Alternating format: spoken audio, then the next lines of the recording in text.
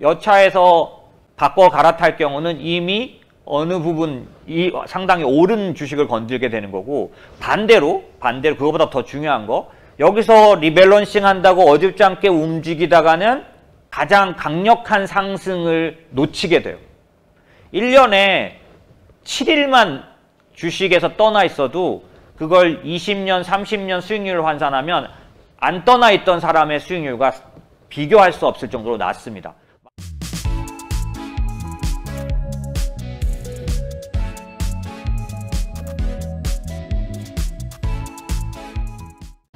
네, 제가 그 질문 주신 거를 그대로 한번 읽어보겠습니다. 딸기 크루아상 님이시고요. 질문 주셔서 감사합니다. 내용은 최근 저도 그렇고 많은 투자자들이 손실이 커지면서 보유하는 종목을 리밸런싱 해야 하나라는 걱정이 많이 듭니다. 대표님께서는 지금 리밸런싱 하기 적절한 시기라 생각하시는지, 현 시장에 대한 리밸런싱 전략은 어떻게 가져가시는지 궁금합니다. 이렇게 말씀을 하셨네요. 매번 반복되는 일이라서 오늘은 이 질문에 답을 드리면서 간단하게나마라도 원칙 같은 것들을, 제가 생각하는 원칙을 한번 말씀드리려고 하는데, 어떤 거냐면, 우선은 여러분이 아셨으면 하는 거, 이건 저의 치우친 생각입니다. 하지만 저는 주식 브로커도 꽤 오래 했고, 그 다음에 자산관리 일도 뭐 상당 부분 오래 했고, 지금 이제 한 몇 년간에 걸쳐서는 이제 운용에 관련된 일들도 하고 있는 그런 편이다 보니, 나름대로 경험이 많다라고 할 수 있는 부분이 있는데, 제가 그러면서 확실하게 알게 됐던 건 뭐냐면, 개인 투자자가 확신이 드는 그런 시점이 너무 느리게 옵니다. 그러니까 종목을 교체해야 되겠거나 리밸런싱 해야 되겠다라는 그런 결단이 설 때까지 너무 오래 걸리기 때문에, 제가 경험한 거로는 결심하신 순간 해야 되겠다, 그런 상황이 된 순간 딱 돌아보시면 이미 많이 하락해서 사실은 매도의 실익이 없는 순간까지 가 있는 그런 경우 대부분이에요. 지금 만약에 딸기 크루아상 선생님이 저한테 질문하신 게 리밸런싱을 지금 하려고 하신 건 아닐 거예요. 아마 어떻게 좀 보는 게 좋느냐 물어보신 걸 텐데요. 근데 지금 생각하신다, 만약에 지금 리밸런싱을 생각하신다, 그러면 저로서는 분명하게 말씀드리겠는데, 지금 매도 실익이 없습니다. 지금은 팔아서 바꿀 실제 이익이 없는 시점까지 들어와 있어요. 그렇죠? 그런데도 바닥은 아니죠. 그렇죠? 바닥은 아니지만, 바닥이 아니라 그래서 지금 팔아서 바꾸면 실익이 있는 그런 구간이라는 뜻은 또 아니죠.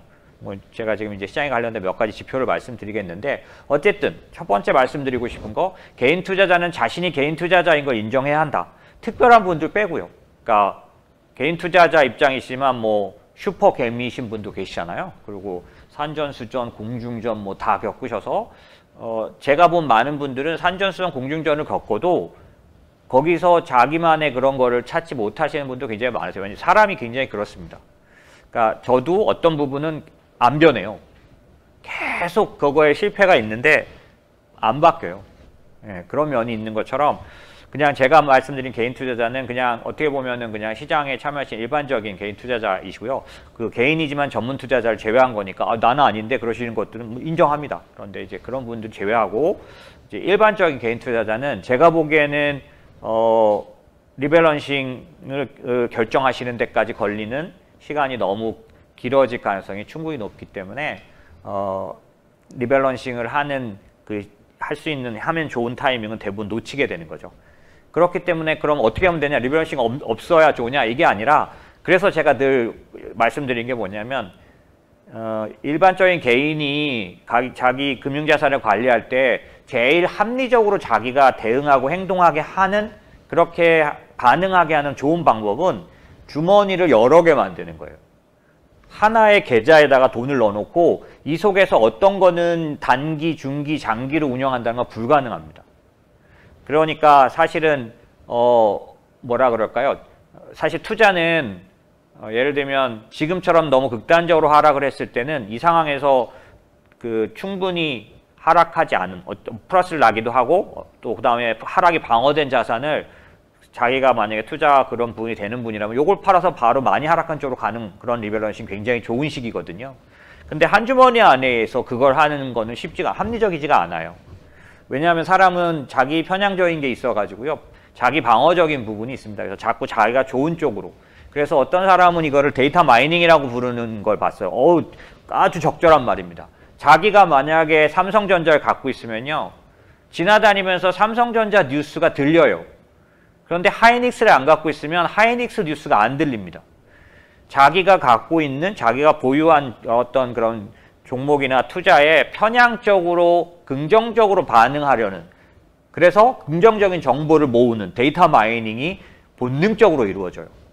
그렇기 때문에 의사결정을 하기가 개인은 쉽지 않습니다. 왜냐하면 개인은 대부분 롱이라는, 그러니까 매수해서 수익을 내는 방법밖에는 주로 못 사용하기 때문에 당연히 매수적인 관점에서만 보게 되죠. 그런데 전문 투자자들은 사실은 숏이라 그래서 매도로 수익을 내는 포지션도 뭐 자유자재로 구사할 수 있기 때문에 그들은 매수와 매도를 같이 바라볼 수 있습니다. 그래서 한쪽에서는 어떤 것은 매수하지만 어떤 것은 매도하죠. 사실은 저는 금융 제도권 안에서 움직였을 때는 지금 같은 시장은 사실 롱숏이 굉장히 활발하게 성과를 내는 시장이에요. 그런 면에서는 이제 전문 투자자들 같은 경우는 시장을 맞추는 거와 매크로적인 그런 거에 큰 의미를 두지 않을 수도 있는 거죠. 어쨌든 이제 얘기를 돌아와서 저는 이제 항상 말씀드리지만 개인 투자자는 자기가 개인 투자자인 거를 무조건 인정하는 것부터 투자의 시작이다. 내가 개인 투자자라는 거는 개인 투자자의 그런 취약성, 그 다음에 독특한 그런 특성, 혹은 반대로는 장점, 혹은 단점, 이거를 알고 시작하는 건데, 그런 면에서는 제가 권유드리는 가장 좋은 개인 투자자의 투자 방법은 어느 정도 경험과 지식이 쌓이기 전까지는 직접 투자를 오히려 피하는 게 낫다. 상당히 성장하고 준비된 상태에서 주식 투자를 하는 게 낫다라는 거고, 그럼 ETF는 왜? ETF는 펀드인데 주식처럼 거래하는 거잖아요. ETF의 F가 펀드니까 사실은 간접 투자죠. 간접 투자인데 방식만 직접 투자 방식이에요. 그래서 제가 ETF 굉장히 좋아하는 거죠. 직접 투자의 장점은 갖고 있지만 사실 그 ETF를 거래하는 사람은 간접 투자적 성향을 갖게 됩니다. 간접 투자적 의사결정에 자신도 모르게 이제 젖게 돼 있죠. 근데 주식 투자는 그 거래 방식이 직접 투자이기 때문에 인간의 가장 취약한 심리를 드러내거나 건들거나 경험하게 될 가능성이 극히 높아요. 그렇기 때문에 어느 정도 준비가 되고 학습이 되고 경험이 축적된 상태에서 마지막으로 주식 직접 투자로 가는 게 저는 바람직하다고 봅니다. 뭐 저의 편향된 생각인데요. 저는 주식 브로커도 오래 했고 말씀드린 것처럼 수많은 고객들을 관리하고 지켜봐 왔는데 그게 바람직하다고 생각해요. 왜냐하면 직접 주식 투자를 하는 데 있어서는 아까 말씀드린 그런 개인 투자자의 취약성이 너무 쉽게 드러납니다. 그러니까 경험과 지식으로 그거를 극복할 수 있는 상태가 된 뒤에 하는 게 좋죠. 그래서 원칙이 있는 사람들이 하는 게 좋습니다. 요번에 오마현인이라고 워렌 버핏의 주주총회 얘기는 아주 관심 있게 보셨을 거예요. 주주총회에서 처음 말씀이 된 건 아니지만 그 주주총회에서 어떤 사실이 좀 흥미로우셨나요? 사실은 저는 이게 가장 흥미로웠어요. 버크셔 해서웨이의 그 현금 집행이 이번 1분기에 대폭 이루어졌다는 거. 몇 년 내에 이렇게 큰 금액을 이렇게 짧은 시간 안에 집행한 적이 없었다는 거. 그 그래프로 이렇게 버크셔의 현금 비중이 지나간 한 2, 3년 동안 워렌 버핏은 뭐라고 했냐면 살만한 것이 없어서 계속 현금을 역사상 최대로 보유했었거든요. 그걸 1분기에 상당히 많이 집행했어요. 그게 흥미로웠습니다. 그런데 그거는 이 워렌 버핏의 어록과 일치해요. 워렌 버핏의 여러 유명한 말들이 있지만, 명언들이 있지만 이런 말이 있습니다. 사람들이 탐욕스러울 때 공포스럽게 느끼는 게 좋고, 사람들이 공포스러울 때 탐욕스러워져도 좋다. 이런 얘기를 했거든요, 워렌 버핏은. 워렌 버핏은 이번 1분기에 수많은 기업들을 사면서 사람들이 공포스러울 때 탐욕스러워져도 충분히 좋다라는 거를 실현한 것 같았어요. 반대로 하고 있잖아요. 지금 시장은 제가 여러 번에 걸쳐서 시황 때 말씀드렸지만 사실 이미 침체의 70% 이상을 반영해 놨어요. 오늘 제가 아침 방송을 보니까 지표로 그걸 보여주던데 역사상 이렇게 거꾸로 된 적은 없어요. 왜냐하면 침체는요, 하이힐드라든지 회사채라든지 신용 그런 지표에서 먼저 나타나고요. 지난번 제가 회사 세미나 때 말씀드렸죠.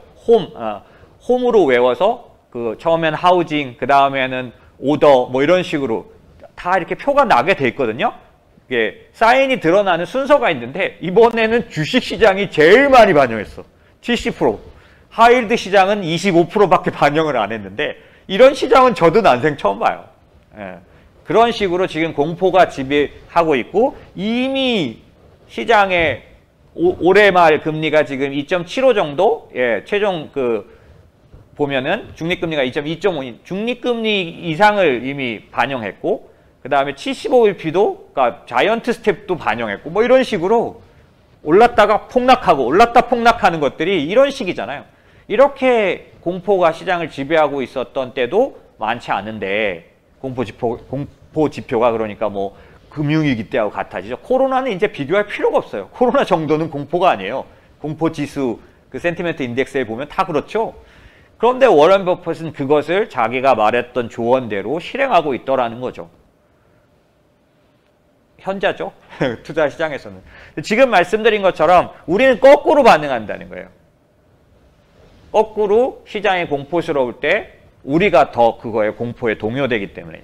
개인 투자자는 그렇기 때문에 어떠냐면 결정적인 판단을 내리는 데 있어서 느리다라는 거죠. 그걸 저는 거꾸로 인정하는 게 투자에서 지지 않는 오히려 비결이 될 거다라는 거죠. 그러면 개인 투자자로서 그런 판단이 늦을 거라는 걸 인정한다면 내가 시장을 보고 판단하는 걸 믿지 말아야죠. 그렇기 때문에 아까 말씀드린 것처럼 주머니를 따로 해서 단기 1년짜리 이 주머니는 정말 자산 배분을 많이 반영해야 돼요. 하지만 5년 이상, 10년 이상 주머니의 것은 뭐 손절하고 뭐 이 지금 같은 시기에서 리밸런싱하고 의미 없습니다. 왜냐하면 이미 첫 번째 이유는 이미 그 최악 국면을 반영했는데 여기서 손절해서 바꿔놓으면 무슨 일이 있을까요? 제가 어떤 일이 있는지 설명드려 볼게요. 데이터로 말씀을 좀 드릴게요. 얼마큼 하락했는지 부분이나 이런 것들은 이제 뭐 계속 말씀을 드려왔는데, 퀀트 하는 사람이 낸 자료를 제가 봤어요. 퀀트 자료 중에 뭐가 있냐면 1950년부터 지금까지 하락 시장을 이제 조사한 것 중에 뭐 여러 가지 있지만 평균 하락률, 그 다음에 하락 지속 시간 뭐 이런 걸 조사됐는데, 여기서 제가 지금 말씀드리는 게 뭐냐면 이렇게 조정을 한 뒤에 반등 시장에서 어떤 모습을 나타냈는지를 숫자로 이제 나타냈는데, 잘 들어주세요. 이게 굉장히 중요합니다. 이렇게 급하게 조정을 하거나 강한 조정을 하거나 하여튼 조정 기간을 보내면 그러고 나서 반등 나올 때 중요합니다. 6개월 수익률은 평균적으로 21% 상승했어요. 21.1%. 3개월 수익률은 13.6%. 1개월 수익률은 8.1%. 이거 그냥 들으면 별 얘기가 없어요. 근데 이걸 잘 하면, 잘 다시 보면 반등 폭의 절반 이상이 3개월 내에 실현됩니다. 무슨 얘기냐면 지금 나스닥이 거의 30% 빠졌거든요. 제 반등이 시작되면요, 3개월 내에 그 반 이상 이미 다 올라버린다는 거예요. 그러니까 만약에 3개월 정도 3개월이 지나고 나면 이미 바닥에서 30% 빠졌으면 15% 이상 올라서 17%, 18% 가 있다는 거고, 두 가지가 깨달아지겠죠. 첫 번째, 여차에서 바꿔 갈아탈 경우는 이미 어느 부분 상당히 오른 주식을 건들게 되는 거고, 반대로 그거보다 더 중요한 거, 여기서 리밸런싱 한다고 어줍지 않게 움직이다가는 가장 강력한 상승을 놓치게 돼요.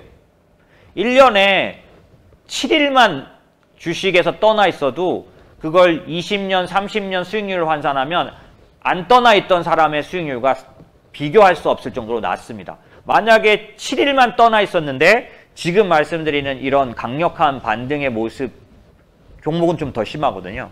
그런 때를 비껴가 버리면 수익률이 뚝 떨어지게 되죠. 다만 시점상으로 지금부터 반등 구간이 들어갔을 때 얼마나 반등이 나올까요? 라고 했을 때는 실제로 이거는 이제 나중에 제가 회사 세미나 내용도에서 데이터로 제시를 하겠습니다. 아까 이제 제가 말씀드렸던 급격한 하락 국면에서 반등이 나올 때 1개월 수익률, 3개월 수익률, 6개월 수익률 말씀드렸죠. 6개월이면 이제 다 반영될 좀, 그러니까 하락한 그 대부분의 하락을 3개월 내에 다 반영해요. 그러니까 떨어질 때 시간보다 훨씬 단축해서 반등 나오죠. 빨리 올라버린 거예요. 제가 브로커 때 제일 어려웠던 게 그거예요. 제가 그 도와드리고 싶고 좋아하는 고객님에게 주식을 좀 싸게 사주기 위해서 지금처럼 이렇게 충분히 빠졌을 때 조금만 더 떨어지면 사려고 기다렸는데 올라가는 날 그냥 팍 뛰어버려요. 하루 만에 그냥 팍 뛰어버리기 때문에 항상 오래 떨어진 주식의 특징이 뭐냐면 그 반등 당일 이틀의 강도가 엄청나게 셉니다. 하루 한 이틀만 놓치고 나면 도저히 따라갈 수가 없는, 주식 브로커들은 손이 안 나간다 그러는데 손이 안 나가요. 이미 이틀 올랐는데 쫓아갈 엄두가 안 나게 오르는 거죠. 물론 저 위에서부터 떨어진 거로는 충분히 오른 건 아니지만 사실 맨날 보던 가격에서는 쉽지 않아요. 그러다 보면 조금 몇 번 기다리면 이제는 멀리 갔더니 이렇게 돼버리기 때문에 못하거든요. 그런 것들이 반등장의 특성이에요. 왜 그러냐라고 하면 쇼커버링이 거기에 포함되기 때문에 그래요. 그 전에 공매도를 계속 때려놨던 사람들 입장에서는 이게 돌아서 올라가기 시작할 때 그러다가 말면 괜찮은데 이게 계속될 것 같으면 지금이라도 빨리 따라 사서 갚아야 되거든요. 공매도라는 게 뭐냐면 빌려서 대주를 친 거, 대주 투자를 한 거기 때문에 조금이라도 손해를 적게 하려면 쇼커버링을, 쇼치 스퀴즈란 것도 다 비슷한 얘기고요. 쇼커버링을 이제 하게 되는 사람은 하루라도 빨리 사서 갚아놔야 손실의 폭이 커지지 않는 거죠. 제가 무슨 말씀을 드리고 싶으냐면 지금은 이미 시장에서 나가면 안 됩니다. 그러면 이 강력한 반등, 1개월, 3개월의 반등에 어느 순간에 재수없게 그거를 놓치게 돼버려요. 왜? 이미 시장이 반영된 그 하락은 굉장히 깊기 때문에. 그런데도 저게 지금 바닥입니까? 라고 물어보면 그렇게 말하기는 어렵죠. 왜냐하면 변수들이 있잖아요. 하지만 그 변수가 과연 지금만큼 반영할까요? 그렇지 않습니다. 이미 사실 미국장 같은 경우는 캡츄레이션이라 그래서 항복 국면이 와야 된다. 그리고 침체가 만약에 실제로 온다면 얼마큼 빠질까? 월가의 공통 의견은 S&P 500 지수 기준으로 3,850 거의 공통적으로 그렇게 3,800 초에서 50 정도. 지금 얼마인지 아시죠?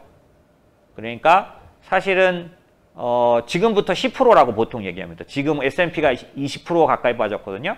여기서 10% 빠지는 게 침체가 진짜 오면 그 정도 빠질 거고 그 다음에 항복 국면은 그 정도가 아닐까라고 말하고 있는 거죠.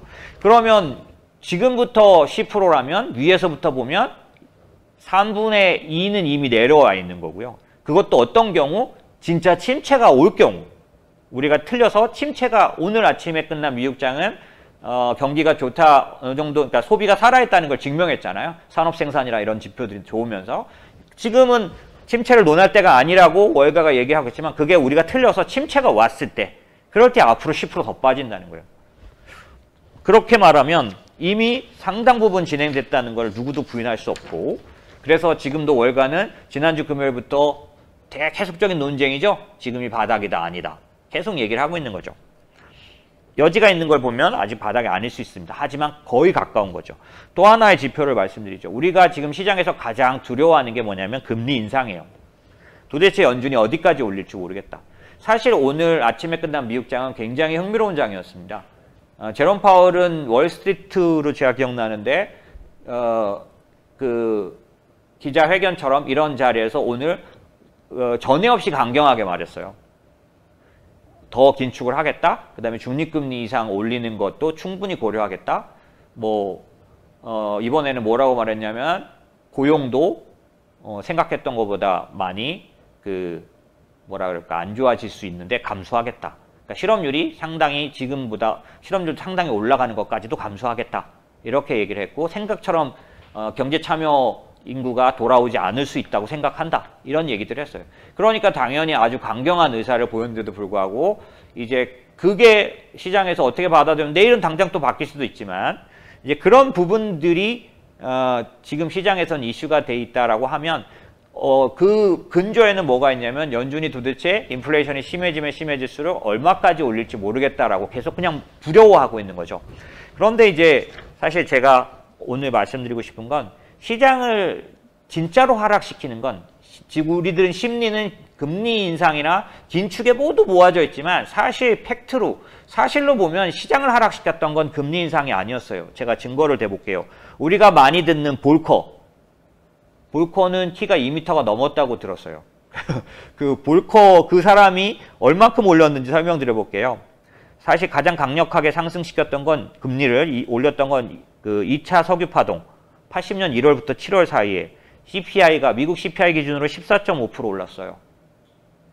대단하죠? 지금 8%대인데 이 난리인데 14% 올랐으니까 뭐 장난 아니죠. 이때 볼커는 금리를 얼마나 올렸냐? 2개월 동안 6% 올렸어요. 대단하죠? 올해 말까지 2.5 막 2.7 이렇게 얘기하고 있는데 2달 만에 600bp 올렸어요. 미친 듯이 올린 거죠. 14에서 20%까지 금리 인상시켰어요. 중요한 건 이 시점에 주가가 폭락하지 않았다는 겁니다. 사실상 그 데이터로만 말씀드리면 2차 석유 파동 이때 내내 주식시장은 80년 3월 제하고는 다 올랐어요. 계속 올랐어요. 이렇게 증거를 대면 꽤 여러 번 94년도에도 마찬가지 1년 동안 300bp 올렸다고 말씀드렸죠. 그런데도 그 시기에도 주식은 올랐었어요. 미국 시장 말하는 거죠. 그러니까 제가 오릅니다 이 얘기를 하는 게 아니라 금리 인상이 주가를 떨어뜨리는 주 요인이 아니에요. 왜 금리를 그렇게 올리는데도 안 떨어졌었냐? 왜 그때 그랬냐? 경기가 괜찮았었기 때문에. 그게 다 공통점이에요. 지금 오늘 발표된 산업 생산이나 여러 가지는 미국 경제가 아직 상당히 건전하다, 탄탄하다 이런 건데 그런 것들이 이렇게 마구 진짜 지표로 막 쏟아지는 때도 드뭅니다. 지금처럼 하락장에서. 막 증거가 막 여기저기 있는 이런 때도 드물어요. 그런데도 우리들은 어떠냐? 엄청 공포로 반응합니다. 이게 참 희한하죠. 맹목적으로 금리 인상이 주식시장을 떨어뜨린다라고 하는 어떤 커다란 공감대가 형성돼 있어요. 근데 데이터는 그렇게 말하고 있지 않아요. 그렇기 때문에 이럴 때 우리가 알아야 할 건 과도하게 공포로 반응했으니 시장이 미리 이거를 반영한 것도 굉장히 보통 때보다 높겠구나. 이거 정도는 컨센서스로 받아들여도 되지 않겠습니까? 많이 반영해놨겠구나. 평소 때보다. 그래서 침체를 70% 반영했다. 뭐 이런 말들이 그럴 것 같다라고 봐도 되는 거예요. 여러 사람의 의견 다를 수도 있지만 이번엔 공포가 워낙 컸기 때문에 많이 반영해놨겠구나. 평소보다. 그러니까 사실 시장이 이 여러 가지 악재에 의해서 하락할 수 있는 정도의 거진 대부분을 다 내려갔어요.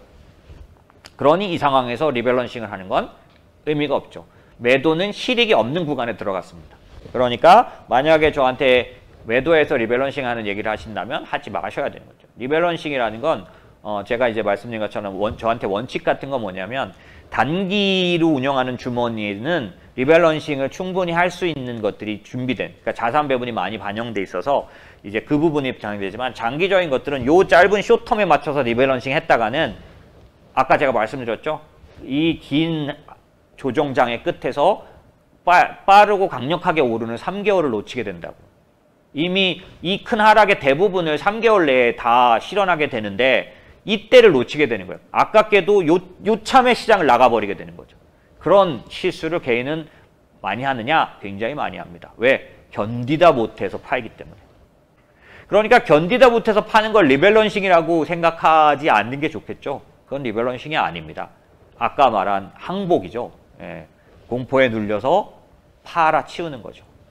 지난 회사 세미나 때 제가 말씀드렸듯이 그런 국면을 저는 수도 없이 많이 지켜봐 왔습니다. 그렇기 때문에 개인의 리밸런싱에 관련해서는 원칙을 정할 때 굉장히 앞부분을 보고 해야 합니다. 그래서 사실은 미래를 예측하라는 게 아니라 장기적으로 갈 요인인지, 예를 들면 제가 말씀드렸던 것 중에 몇 달 전, 그러니까 뭐 제가 유튜브 여러 군데 출연을 했던 건데 지금도 하여튼 그랬던데 그때 제가 뭐라면 지금이라도 인플레이션 자산을 편입해야 한다. 리츠 원자재를 계속 꼽았어요. 그게 벌써 3개월, 4개월이 됐습니다. 그것도 어디다? 1년 미만의 단기 이 짧은 그런 그 포트폴리오에는 지금이라도 편입해라. 장기 포트폴리오는 걔를 편입할 필요 없다. 왜? 이 인플레이션이 5년 가는 거 아니라면 내년도 하반기면 다 바뀌는 인플레이션이면 장기 포트폴리오에 그걸 왜 반영하냐. 이렇게 얘기를 드렸었어요. 그 얘기인 즉슨 단기와 장기를 따로 운영해야 되고 리밸런싱 원칙도 달라야 되는 거잖아요. 그런데 단기조차도 리밸런싱 할 때는 이렇게 다 버티다 하는 건 의미가 없는 거죠.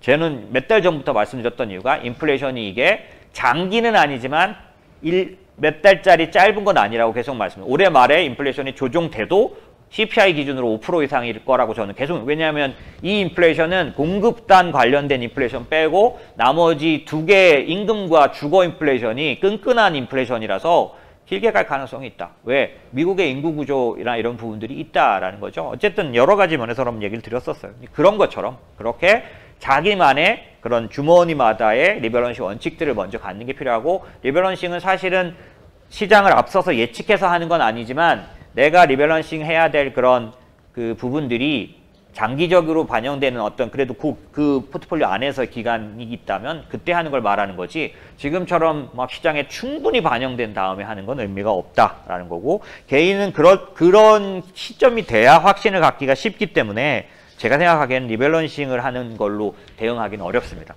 그래서 반드시 장기 투자식의 주머니를 운영하라고 말씀을 드린다면 그래서 그런 거다. 그래서 개인 투자자들은 그런 어떤 부분들을 가져가시는 게 좋겠다라는 생각이 들고요.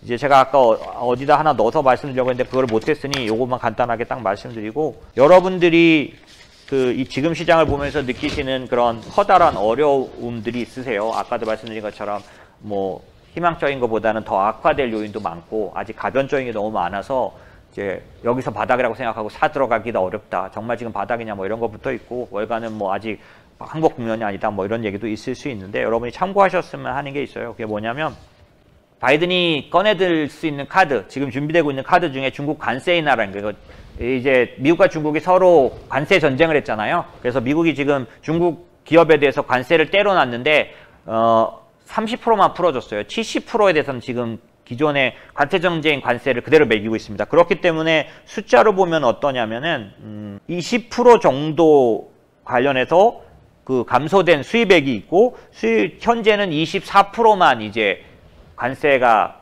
철폐된 상황이에요. 나머지 한 70% 관세가 철폐될 경우 일어날 수 있는 일은 미국 싱크탱크 피터슨 인스티튜트에 의하면 CPI를 1%라 내려놓을 수 있는 효과가 있다. 그래서 바이든은 지금 인플레이션 때문에 다급하잖아요.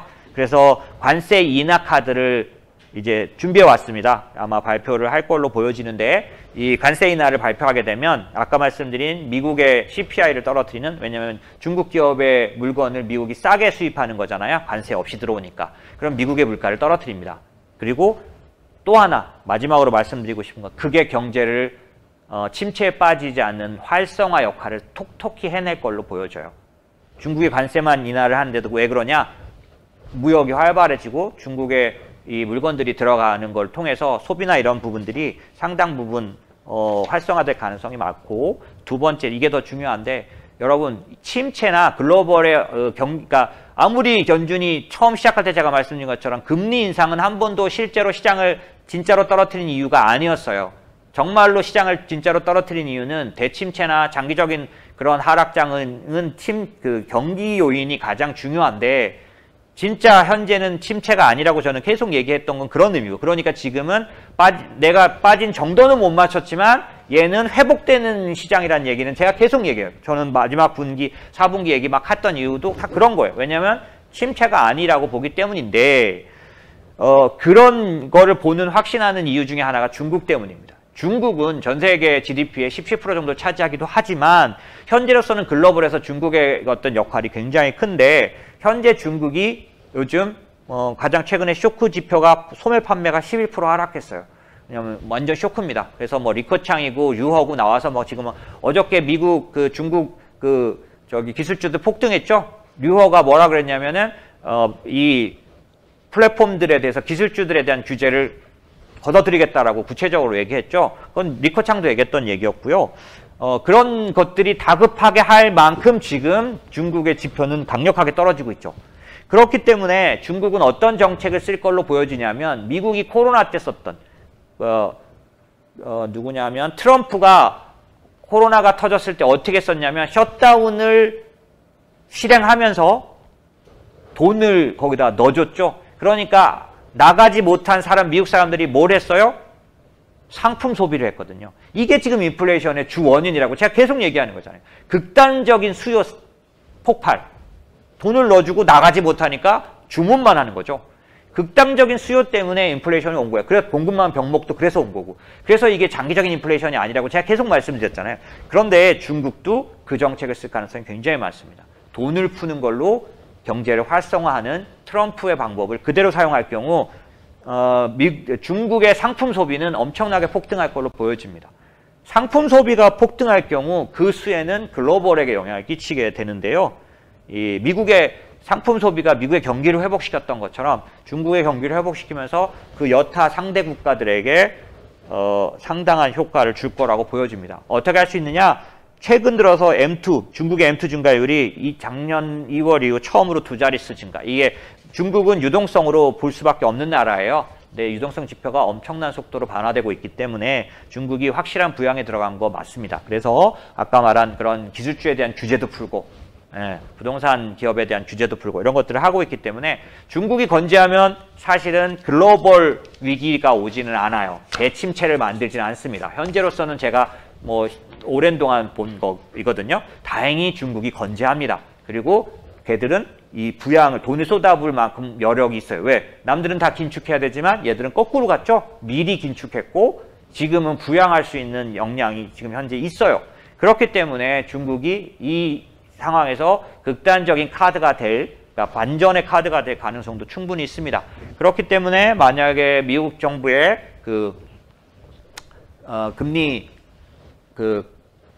금리가 아니라 관세, 철폐 이런 것들이 발표되면 시장은 아마 좀 상당 부분 반영을 할 거라고 보여집니다. 이런 것처럼 지금 시장의 물밑에서 일어나는 여러분이 알지 못하는 그런 흐름들은 상당 부분 있기 때문에 너무 지금 국면에서 낙심하고 너무너무 괴로워하지 마시고 내가 가진 자산을 가지고 이제 좀 더 장기적으로 이 상황에서 투자할 수 있는 여력은 어디서 나타날 건지 배당주가 있었다면 지금 배당주가 앞으로 더 좋아질 것 같더라도 배당주를 팔아서 지금 많이 빠진 성장주를 사는 그런 것도 좋은 리밸런싱입니다. 내 포트폴리오 안에서조차. 그러라고 사실 이번 시장이 얼마나 어려웠냐면 채권과 주식이 같이 빠지는 이런 국면이 10년 만에 처음이에요. 이번에 지나간 한 달 동안에 그러니까 연초로 따져도 글로벌 채권 지수가 마이너스 16%입니다. 주식 20% 이렇게 두 개가 이렇게 빠졌던 적은 여러분 이게 자산 배분이 깨진 거예요. 가장 전통적인 자산 배분이 주식 60%, 채권 40%인데 둘 다 20%가 빠졌어요. 그러니까 어떻게 됐을까요? 아작이 났죠. 그러니까 이런 일은 드뭅니다. 이렇게 되면 반드시 그 기간이 긴 적도 없고요. 채권이든 주식이든 먼저 반등이 나오기 시작할 건데 저희들 예측으로는 주식이 먼저 반등이 나올 것 같습니다. 채권 시장은 조금 더 늘어질 가능성이 있어요. 그렇기 때문에 채권을 사는 건 조금 더 뒤로 하고 주식을 사야 되는 때인데 이제 이런 여러 가지 지표들을 보면 제가 보기에는 많이 바다에 가까워서 이제 끝이 보이는 때들이 왔다. 하지만 많은 충격들이 대기하고 있으니 함부로 막 할 건 없으니까 분할 매수 하시는 건 좋을 것 같고 지금은 절대로 팔 시기는 아니라 이런 생각이 듭니다.